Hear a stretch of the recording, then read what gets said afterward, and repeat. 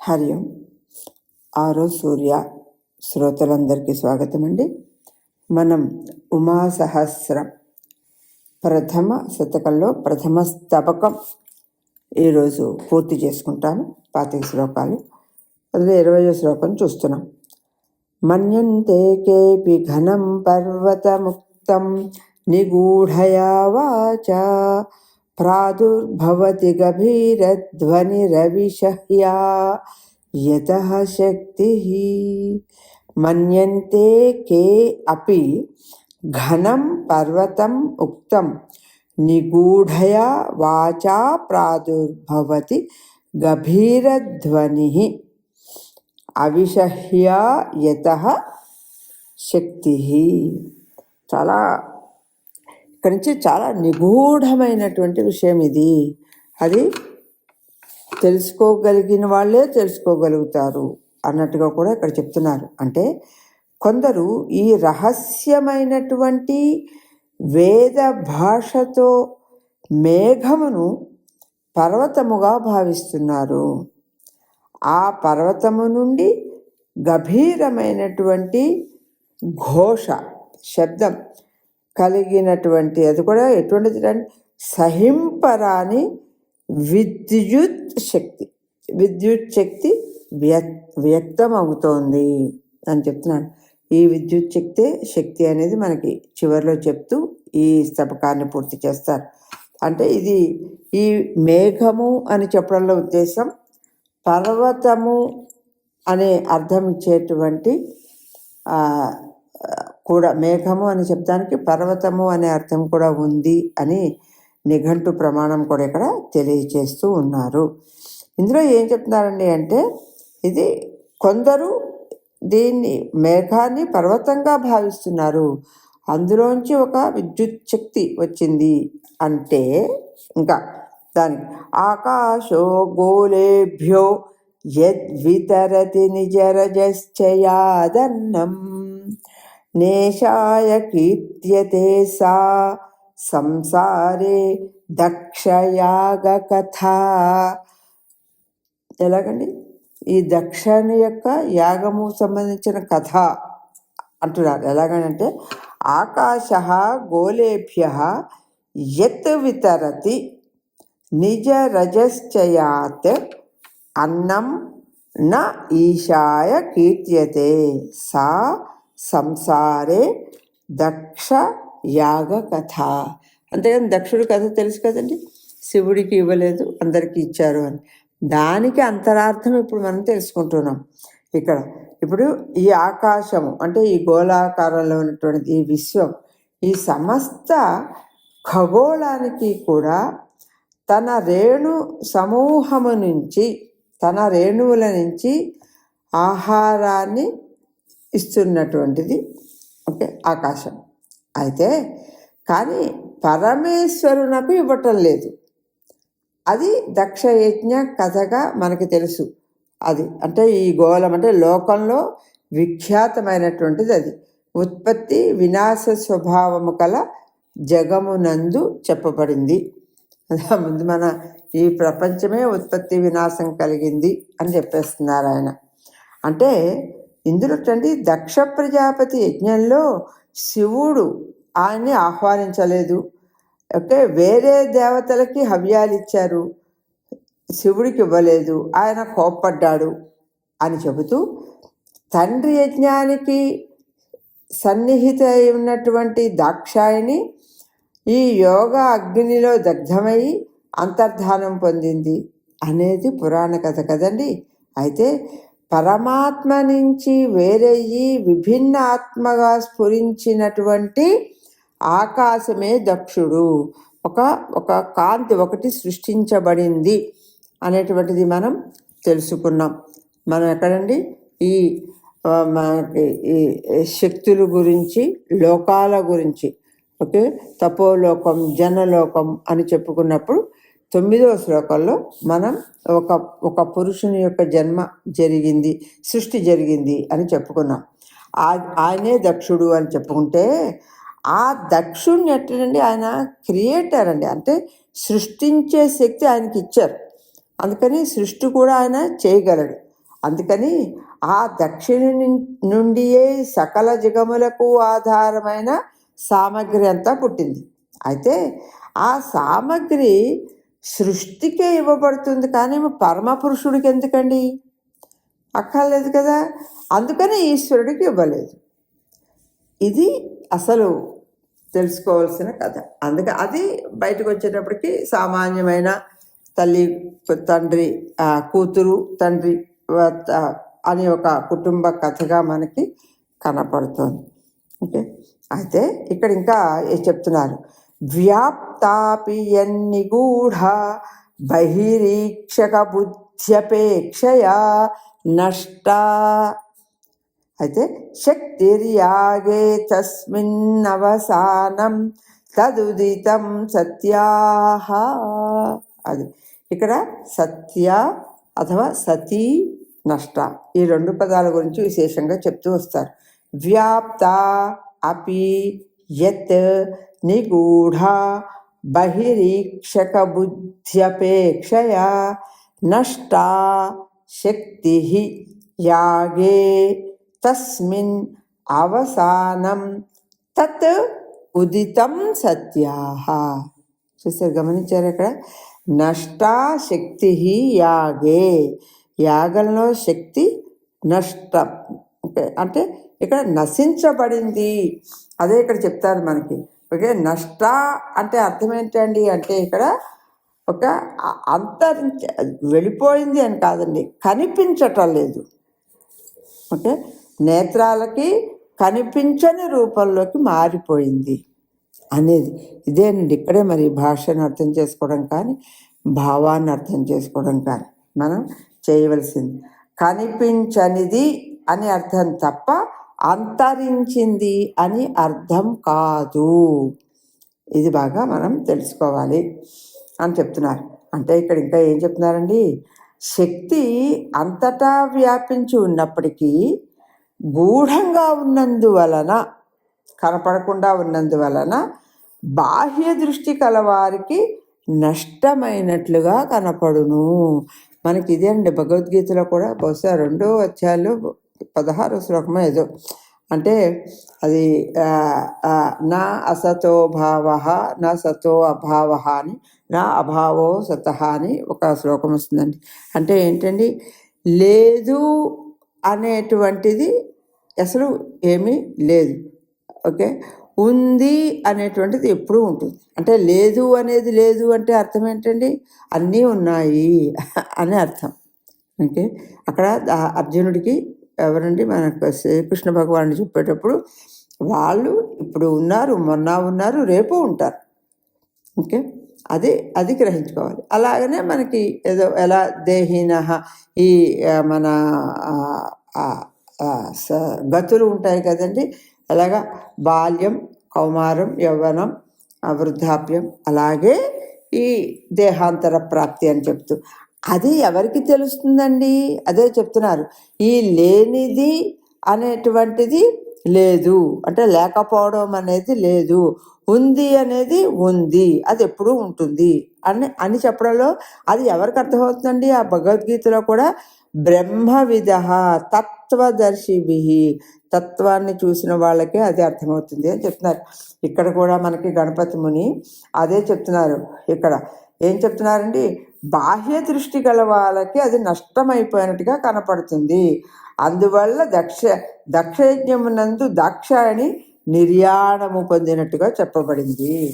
కాకపోతే అంతగా వ్యాపించి ఉన్న శక్తి అది అంతర్దృష్టి కలవారికి కనపడుతుంది, బాహ్య దృష్టి గలవారికి కనపడదు. అది అందుకని అది చెప్పుకున్నాను. ఇందులో నష్ట సతీ అనే శబ్దాలు ఉన్నాయి. ఈ సతీ అనే దానికి ఎప్పుడూ ఉంది అనేటువంటి అర్థం. నష్ట అనేది కనపడకుండా పోయింది అనే తప్ప అది ఎక్కడికో అంతర్ధానం అయిపోయింది అనే అర్థం కాదు. దయచేసి ఈ అర్థం తెలుసుకుని మళ్ళీ శ్లోకం ఒకసారి చదివి అర్థం చేసుకుందాం. మనకి తెలియని ఒక లోకాలకి మనమే మానసికంగా మన అంతరంగంలో మనం తెలుసుకోగలుగుతాం. పర్వతనామ్నో వైదిక భాషాయాం యదియమతిబలా శక్తి శక్తి ఘనతో భవతి వ్యక్త తదభిహితం పార్వతీ జననం. పర్వతనామ్నః వైదిక భాషాయాం యత్ ఇయం అతిబలా శక్తిః ఘనతః భవతి వ్యక్తా తత్ అభిహితం పార్వతీ జననం. ఎంతమంది చెప్తున్నారండి? అత్యంత బలము కలిగినటువంటి ఈ శక్తి అని ఇక్కడ చెప్తున్నారు. ఘనతః అంటే బలము కలిగినటువంటి ఈ శక్తి వేద భాష యందు పర్వతము అను పేరు కలిగినటువంటి మేఘము నుండి పుట్టింది. అదే పార్వతీ జననము అని చెప్పబడింది. అది అంటే పర్వతము నుండి పుట్టింది కనుక పార్వతి. ఓకే, అంటే ఇక్కడ ఇక ముందు చెప్పిన దాంట్లో అంటే ఈ విద్యుత్ శక్తి రావడం అది చెప్పారు కాబట్టి ఒక మేఘం నుంచి వచ్చింది అని చెబుతూ మేఘము అనే దానికి పర్వతము అని కూడా నామాంతరం ఉందండి అనేది మనకి భాష దృష్ట్యా కూడా మనకి తెలియచేస్తూ ఆమె పర్వతము నుండి పుట్టినది కనుక పార్వతి అయింది. ఈ శక్తి విద్యుత్ కాంతి స్వరూపిణి అని భావము అని చెప్తున్నారు. అలాగే తేజోంశతః శివావిహ హిమాచలే అనుగ్రహాయ భూమిజుషాం దత్తో యత్ సాన్నిధ్యం లీలాచారిత్ర మన్యదిదం. చారిత్రం మన్యదిదం అంటే తేజోంశతః శివౌ ఇహ హిమాచలే అనుగ్రహాయ భూమిజుషాం దత్తః యత్ సాన్నిధ్యం లీలాచరిత్రం అన్యత్ ఇదం. అంటే ఈ భూలోకవాసులమైనటువంటి మనలాంటి వాళ్ళందరికీ కూడా అనుగ్రహించటానికి దేవతాస్వరూపుడైనటువంటి హిమాలయ పర్వతమున పార్వతీ పరమేశ్వరులు ప్రసన్నులై వెలసి ఉన్నారు. ఇది వారు భక్త అనుగ్రహము కొరకు చేసినటువంటి కావించినటువంటి ఒక లీలాచర్య. అదే మనం ఇంతకుముందు శ్లోకాల్లోనే చెప్పుకున్నామండి. ఏమండి, తన లీలగా తన ఆనందం కోసం భగవంతుడు ఈలో భూలోకము దీన్ని సృష్టిస్తే భగవంతుణ్ణి సంతోషపెట్టడానికి శక్తి సృష్టించబడింది అని చెప్పుకున్నాం. అదే మనం సత్యలోకమని తపోలోకమని, తపోలోకం చుట్టూ ఉన్నటువంటిది ఇది జనలోకము అని కూడా మనం చెప్పుకోవడం జరిగింది. అయితే పార్వతీ పరమేశ్వరులు తేజోమయ దేహులై ఉండి సూక్ష్మ దృష్టి గోచరులై హిమాచల క్షేత్రమును అధిష్టానముగా చేసుకొని ఉన్నారు అని ఈ శ్లోకానికి భావం తెలియచేస్తున్నారు. ఇంకా ఆఖరికి వచ్చేటప్పటికి ఏతాసాం ఆర్యాణం జానంతః శాస్త్ర సమ్మతం భావం జానీయుర్భవ మహిషీం భువనానాం అంబికాం దేవీ. మనం ఇంకోటి బాగా గ్రహించాలండి, ప్రతి చోట కూడా గణపతి ముని దీనికి ఇవి ప్రమాణాలు అని తెలియచేస్తూ ఉన్నారు. అంటే పురాణాల్లో ఇది ఇలా చెప్పబడింది, వేదాల్లో ఇలా చెప్పబడింది అని ప్రమాణాలు చెప్తూ వస్తున్నారు. అందుకని ఇందులో అద్భుతంగా ఏం చెప్పారండి అంటే ఏతాసాం ఆర్యాణం జానంతః శాస్త్ర సమ్మతం భావం జానీయు భవం మహిషీం భువనానాం అంబికాం దేవీ. అంటే వృత్తం అంటే ఏంటంటే మనం ఛందస్సు అంటాం. ఓకే, ఈ ఛందస్సు మాంత్రికం ఛందస్సు అని ఒకటి ఉందండి. వాచికం అని కాదు, కేవలం శబ్దం యొక్క అందాలు కూర్చేటువంటిది ఒక ఛందస్సు అని. ఇది మాంత్రిక ఛందస్సు, మీటర్స్ అంటారు ఇంగ్లీష్లో. మాంత్రిక ఛందస్సులో ఈ స్తబకం, ఈ శ్లోకాలు మనకి పెట్టబడి ఉన్నాయి. అందులో కూడా ఏంటండి, ఆర్యావృత్తం, ఆర్యావృత్తంలో ఇది ఉంది అని కూడా మనకి ఇక్కడ ప్రమాణం చూపిస్తున్నారు.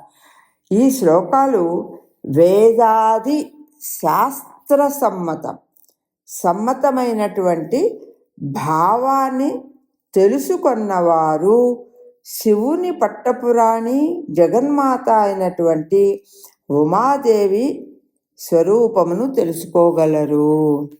ఒక్కొక్క దానికి ఒక హైప్ చూడండి. ఓకే, చివరిగా ఆయన చెప్తున్నది ఏంటంటే, ఇది ఆర్యావృత్తంలో చెప్పారు అంటే వేదల్లో ఉన్న విషయమే మనకి ఈ 25 శ్లోకాలలో చెప్పినటువంటి భావము. ఇదంతా కూడా శాస్త్ర సమ్మతము, వేద ప్రమాణితము అని కూడా మనకి గణపతి ముని ఇక్కడ తెలియచేస్తున్నారు. అందుకని ఆ భావం తెలుసుకున్నవారు శివుని పట్టపురాణి జగన్మాత అయినటువంటి ఉమాదేవి యొక్క ఓకే దేవి వీళ్ళు చెప్పలేదు కనుక ఉందండి, ఇక్కడ ఉమాదేవి ఉంది. ఉమాదేవి యొక్క స్వరూపాన్ని తెలుసుకోగలుగుతారు. అందుకని మనకు అన్నీ తెలిసింది అని చెప్దాం. అందుకని ఉమాదేవి స్వరూపాన్ని మనం కూడా గ్రహించగలుగుతున్నాము అని. దయచేసి ముందు నుంచి ఒక్కొక్కటి మనం గమనిస్తూ వస్తే కనుక పురాణ సమ్మతం చెప్పారు. సంస్కృత భాషలో లక్షణము అని, ప్రత్యక్షము అని ఉంటుంది అని చెప్పారు. తర్వాత ఈ చెప్పేటువంటి ఈ కథలు, ఈ దక్షుని యొక్క కథలో పైకి ఉన్నటువంటి కథ అది అని చెప్పారు. దాని అంతరార్థం చెప్పారు. తర్వాత ఒక దక్షుడి గురించి, ఒక ఆకాశం గురించి చాలామంది చాలా రకాలుగా చెప్తున్నారు అంటే అది కూడా నిజమే అయితే అవనివ్వండి అని కూడా దాన్ని కూడా ప్రమాణంగా అంగీకరించవచ్చు అని కూడా మనము తెలియచేయడం చూసాము. అని అంటే ఎక్కడ చూసామంటే అది అంటే దక్షునికి జన్మించింది కనుక, అంటే దక్షుని పుత్రికే కనుక దాక్షాయణి అయితే, మరి అంతకుముందు హిమవంతుని పుత్రికగా హైమవతిగా ఉన్నది ఎవరండి అంటే ఈ రూపము రాకముందు ఉన్నటువంటిది. అదే మనం అక్కడ స్వాభిమానము అన్న చోట కూడా మనం చెప్పడం జరిగింది. అందుకని మొట్టమొదటి రూపము ఆమెది ఆ హైమావతి రూపము, తర్వాత ఉన్నది దాక్షాయణి రూపము. అది కూడా రకరకాలుగా ఎవరు చెబుతున్నా కూడా ఆ కథను కూడా అంగీకరిద్దాము అన్నట్టుగానే గణపతి ముని తెలియచేయడం జరిగింది. అందుకని అమ్మవారి కృప మనం ఈ 25 శ్లోకాలు కూడా పూర్తి చేసుకున్నాము. ఇది ఆర్యావృత్తంలో ఉన్నటువంటివి శ్లోకాలు. దయచేసి మళ్ళీ ఒకసారి చెప్తున్నాను, నేను శ్లోకాలు చదవడంలో శ్లోకాల తాత్పర్యం మీద కేవలం ఫోకస్ పెట్టడం లేదండి. కొంచెం ఇందులో ఉండే ఆధ్యాత్మిక చింతన ఏంటి, గణపతి ముని ఒక ఉన్నత స్థరం నుంచి రాసింది, మనం ఇక్కడి నుంచి ఎంతవరకు గ్రహించగలమో ప్రయత్నం చేద్దాము అని ఒక స్టెప్ వేశాము. భగవత్ కృప, మునుల ఆశీర్వచనం, అమ్మవారి అనుగ్రహం, ఈ ప్రథమ స్తబకం మాత్రం మనం పూర్తి చేసుకోగలిగాం. అర్థం చేసుకుందాం, మన జీవితంలో ఆచరించటానికి ప్రయత్నం చేద్దాం. స్వస్తి.